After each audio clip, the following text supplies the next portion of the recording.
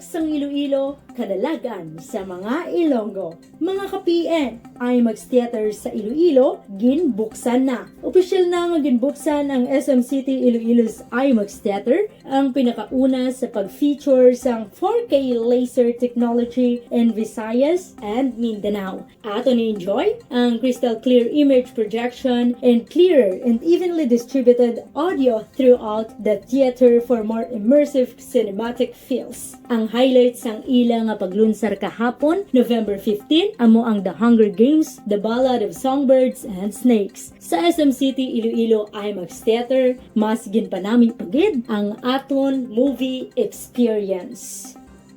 All set na for Dinagyang 2024 after sang MOA signing. Ang Iloilo City Government, Iloilo Festivals Foundation Incorporated, and San Jose Parish Placer nagpirma sa Memorandum of Agreement para sa hosting sa paraabuton nga Dinagyang 2024 sa January 12 to 28.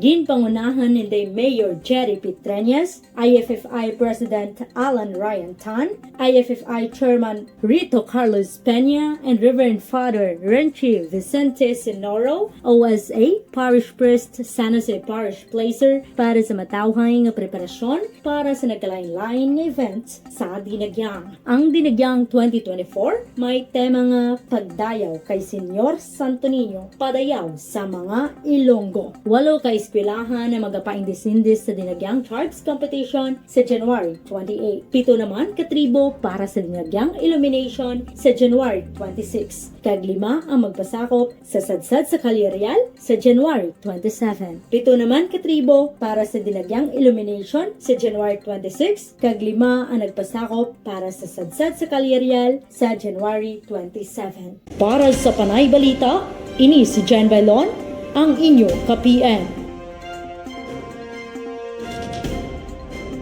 For more stories, check our website www.panaynews.net.